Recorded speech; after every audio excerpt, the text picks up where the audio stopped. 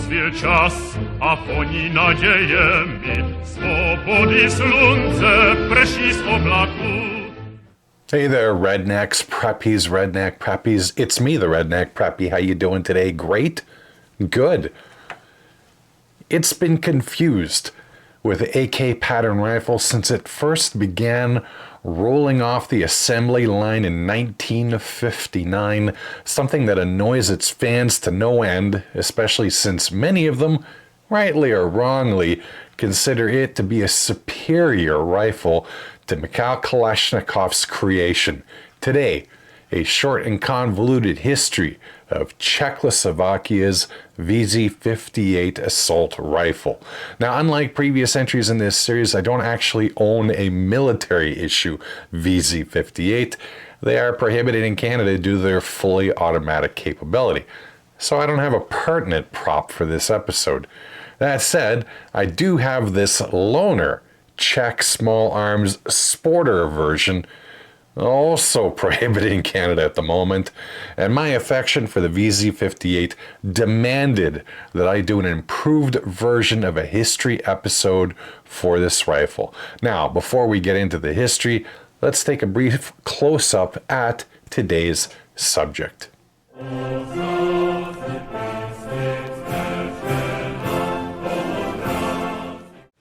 Okay, on the table today is the VZ-58 assault rifle. Actually, this is the sporter civilian version of the rifle, but it's going to have to stand in for the real thing. At any rate, our rifle today is the VZ-58P, which is the designation of the regular non-variant assault rifle. And I'll go into the variants later in this episode. The real deal comes in at 84.5 centimeters or 33 1/3 inches in length. The weight is 2.91 kilograms or 6.42 pounds. Now the barrel on the real thing is 39 centimeters or 15.4 inches long. And as you can see, it has a bayonet lug that is part of the front sight post, and the front sight is hooded. Now, speaking of bayonets, here is an example of the standard issue along with its leather scabbard. Now, the rifle is chambered in the ubiquitous 7.62 by 39 millimeter round, and in fully automatic mode has a rate of fire of 800 rounds per minute. It is also capable of semi-automatic fire. Now the action utilizes what's called a short stroke gas piston system, while the striker fire system is powered by a hinged locking piece assisted breech block. The sliding rear tangent sights go from 100 to 800 meters, graduated at every 100 meters. The rear sight also has a universal sight setting, marked by that U, that is generally used for relatively close engagements or quick shooting. Now, VZ-58s came standard with 30-round magazines, originally made out of aluminum alloy, as this one is.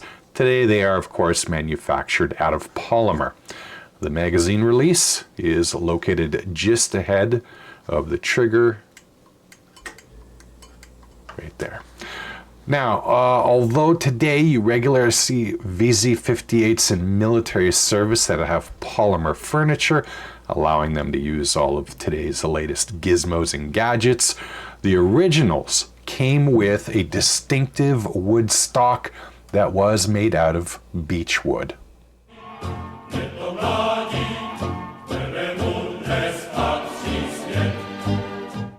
Czechoslovakia may have fallen under the unfortunate sway of the Soviet Union after the Second World War, but if you know anything about the history of that country, they always tend to do things their own way, and that includes firearms. That really includes firearms. While the Soviet Union was playing around with SKS-45s and AK-47s chambered in 7.62 by 39 millimeter, Czechoslovakia decided it wouldn't simply adopt one of those rifles and its cartridge. No, they decided to create an entirely new rifle. and cartridge.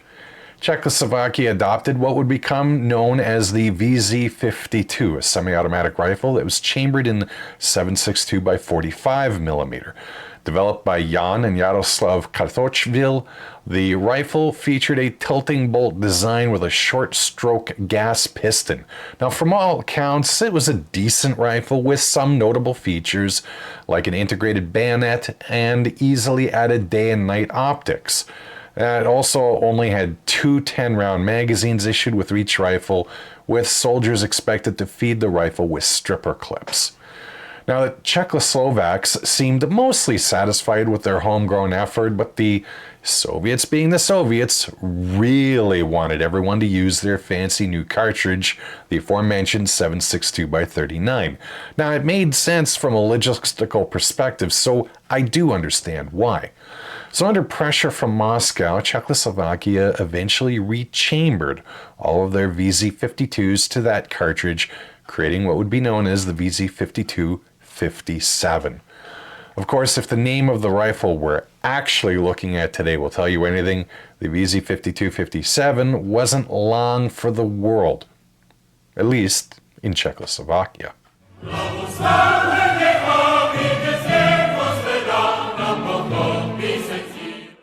Now let me tell you, I have never had as much difficulty researching a firearms designer as I had with Jiri Cermak.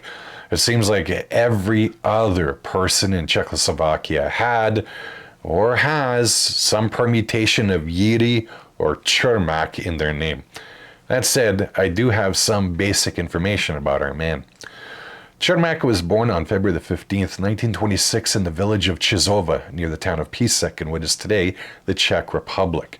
In 1940, he completed the mandatory schooling for all Czechoslovak children and embarked on a 2-year gig with a company in the field of locksmithing, though I couldn't determine whether he was studying locksmithing, working as a locksmith, or both. It appears from a fairly young age he was interested in firearms design, so it probably wasn't a surprise to his family that after he graduated from the Higher Industrial School of Mechanical Engineering in Píseň in 1946, that he embarked on that career. Now, he did return to education briefly in 1955 at the Military Academy in Brno, but apparently was forced to withdraw due to his heavy workload. Now, his first job was with Česká zbrojovka Strakonice, today a maker of forklifts and automotive parts, but originally a maker of firearms. In 1950, he married a gal named Jarina, and I got no information either about her or any children they may have had. Now, due to the reorganization of Czechoslovakia's weapons industry, he moved on to Zbrojovka Brno in 1950, and in 1971, he became the head of small arms development at the company. A one-company man, Čermák remained with Brno until 1986 when he retired. In 1999, he wrote a memoir, 40 Years by a Weapons Designer, 1946 to 1986. I don't think the book was ever translated into English, and I wasn't able to find any information about it, unfortunately. His most famous contributions to the world of firearms was, of course, the VZ-58 rifle. It saw extensive use around the world by both state and non-state actors and continues to do so today. Along with that rifle, he also participated in the development of 6 other weapons and received dozens of patents along the way. Despite that, Čermák's death on October the 19th, 2006, unfortunately went largely unnoticed by Czechs. According to one writer, no one from the government or military attended his funeral or sent flowers.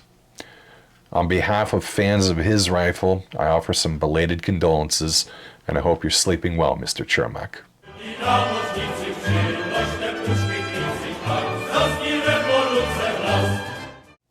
By all accounts, the Czechoslovaks, before World War II, were amongst the world leaders in firearms designs. After World War II, they were under the yoke of the Soviet Union. Now, as I related a few minutes ago, the VZ-52 was adopted almost as much of a rebuke of Soviet expectations that Czechoslovakia would adopt a nice SKS or AK as it was to provide Czechoslovakian soldiers with a new arm. But that doesn't mean that the VZ52, despite its nice points, didn't have some issues. It was a rifle that seemed a bit outmoded even in 1952. So just a few years later, in the middle of the 1950s, Czechoslovakia decided to replace it with a brand new rifle. Their original plan was to continue using that 7.62 by 45mm cartridge that they rather liked, and so they held a competition. And there were some heavyweights who participated in this 4-year process. We had Václav Holek, designer of the famed ZB-26 machine gun, with his proposed prototype, the ZB-530. There was Josef and František Koueky, who entered 3 prototypes, all based on their ZK503 design. And finally, there was a young man named Jiri Cermak, who entered in 2 prototypes, his CZ515 and CZ522. I've read differing accounts of what this process was actually supposed to achieve. Although it was ostensibly held to replace the VZ52-57, a few researchers and historians have argued its role was as much to allow the military to figure out what a new rifle would be, confusingly referred to as a heavy submachine gun in the process, as it was to actually develop a new rifle. Regardless, it was Holek's ZB530 and the Koueky brothers' ZK503 which were chosen to proceed for further development at Konstrukta Brno, designated by the government as the central point for research and development of new weapons. However, fate intervened. In 1955, the Warsaw Pact came into being, and it was at this point that the Soviet insistence on the 7.62 by 39mm cartridge essentially became an order. Along with beginning to convert their VZ52s to that cartridge, as I had mentioned earlier, the Czechoslovaks were faced with an issue. The new rifle they wanted was to have been in that 7.62 by 45. The Soviets had a ready-made solution they would have been more than happy to license for production, the AK-47.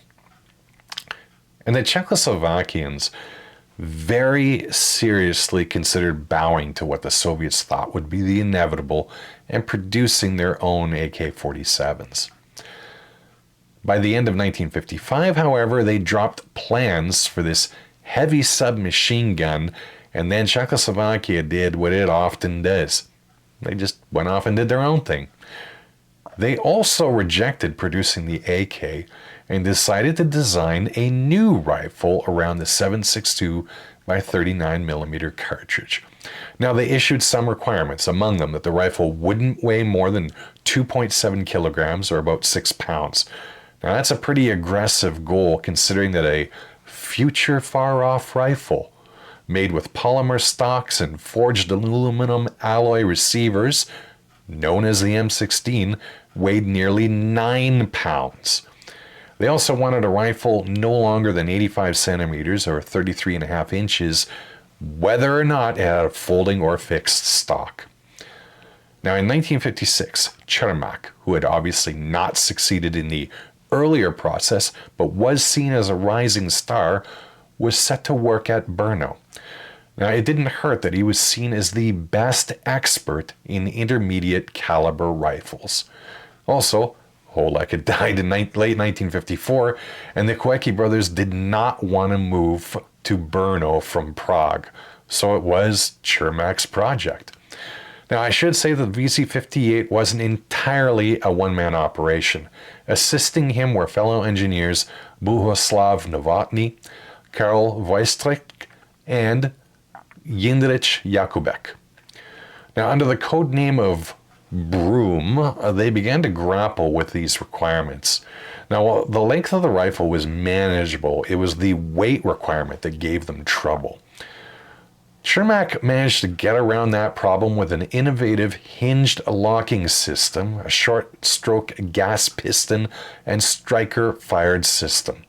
It managed to shorten the receiver of the rifle and, incredibly, get the weight close to 2.7 kilograms. The finished rifle came in at 84 centimeters, or 33 1/3 inches long, and 2.91 kilograms, or 6.42 pounds, in weight. It also had some other features that included locking open on an empty magazine, something that the AK-47 could not do. The 30-round magazine, which was aluminum and lighter than the AK counterpart, could also be fed with stripper clips. The rifle was tested by the Soviets in the fall of that year and again in mid-1958, and it passed all of their tests. Reportedly, the Soviets raised an eyebrow as to how accurate of a rifle the Czech design was. Now, Čermák made some slight modifications in September 1958 after that Soviet testing, and the rifle was accepted into service by the Czechoslovak army as 7.62 millimeter Samopal Visor 58. In English, that's 7.62 millimeter submachine gun Model 58. Now, you may have just raised an eyebrow. Submachine gun. I've read a number of theories as to why Czechoslovakia dubbed this a submachine gun, but I have a feeling they were just aping the Soviets. As you may remember, Mother Russia doctrinally used the AK-47 as a submachine gun, well, at least at the beginning. Regardless of the reason for its designation, the rifle started being produced in January 1959 at Česká Zbrojovka plant. It was first unveiled to the Czechoslovak public and the world during a military parade on May the 1st, 1960. Production continued until 1984 with a total of 919,650 rifles rolling off the assembly line. And it was the standard service rifle for Czechoslovakia until December 31st, 1992, when the country peacefully dissolved, known as the Velvet Divorce, into the Czech Republic and Slovakia. Although the Czech Republic has since moved on from the VZ-58, for the most part, Slovakia still fields it as their primary service rifle. Now, I've heard they've been mulling over the CZ-805 or M4A1 carbine as replacements, but I haven't heard of them actually making a move on that yet.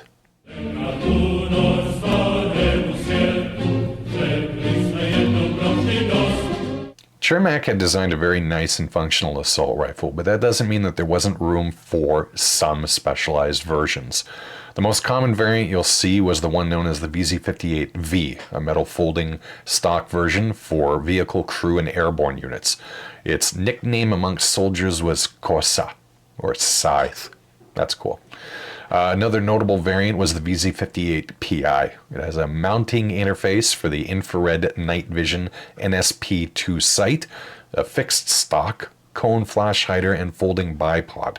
Now, I've occasionally heard people refer to this as an LMG, probably due to that bipod, but as far as I can tell, it was never actually intended for that purpose. Now, Czechoslovakia did work on some experimental versions of the VZ-58, none of which really went anywhere, which included the APZ-67, which was developed in 1966 and used the 7.62 by 51 millimeter NATO cartridge. In 1970, they also created an experimental rifle, the UPZ-70, which used the 5.56 by 45 millimeter NATO cartridge. Now, apparently in the 1990s, they also fooled around with a version of the rifle that shot 9mm parabellum, and I've heard that there even was a bull-pupped version of the VZ-58.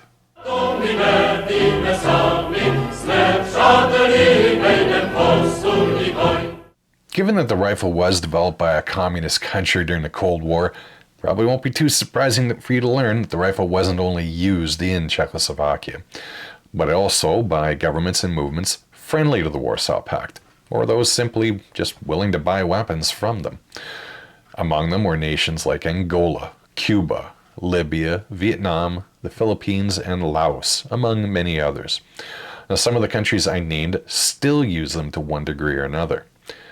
Afghan National Police also use the VZ-58, at least until the country fell and the Taliban were gifted with American weapons.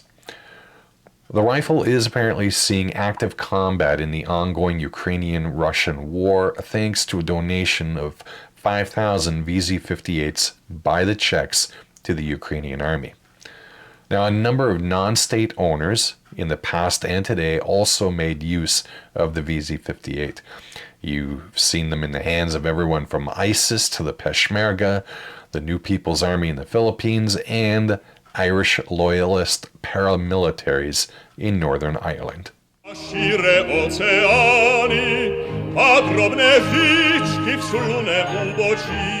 The VZ-58 was not the AK-47, and nor did it have the tremendous and ongoing impact that Kalashnikov's rifle did. That said, people who love the VZ-58, such as myself, really love the VZ-58. Many people who have extensive experience with both rifles argue that the VZ-58 was a more accurate one. That may very well be true thanks to its short-stroke gas piston system that the VZ-58 uses, which reduces recoil over the AK's long-stroke piston. Now, others contend that it's a more reliable platform than the AK-47 is. I'm not so sure about that claim. If the AK has a multitude of entry points for dirt and debris to enter and jam the rifle up, the VZ-58 has that giant maw at the top when the receiver cycles. Now, I will grant that the early version of the VZ did use a milled receiver, which, you could argue is more reliable, but so did AKs. That said, like the AK, the VZ is a survivor. Neither rifle has been produced, and I'm talking about the military rifles, not consumer versions, in many years, but they remain in use all over the world. If you spend any time in Africa with people who have a diminished sense of humor after many years of combat, there's a decent chance that they're carrying Čermák's rifle. Heck, the Czech Special Forces still uses the VZ-58. The VZ is not the AK, either in its breadth of use nor its impact on popular culture, and nor has it spawned countless iterations of a platform like the AK has. Like the AK, however, it's a highly regarded rifle that served many countries and groups reliably. Those people who know what the VZ-58 is. At any rate, I hope you found today's video at least be vaguely entertaining and mildly informative. As always, I hope you have yourself a fantastic day. Take care, and bye-bye.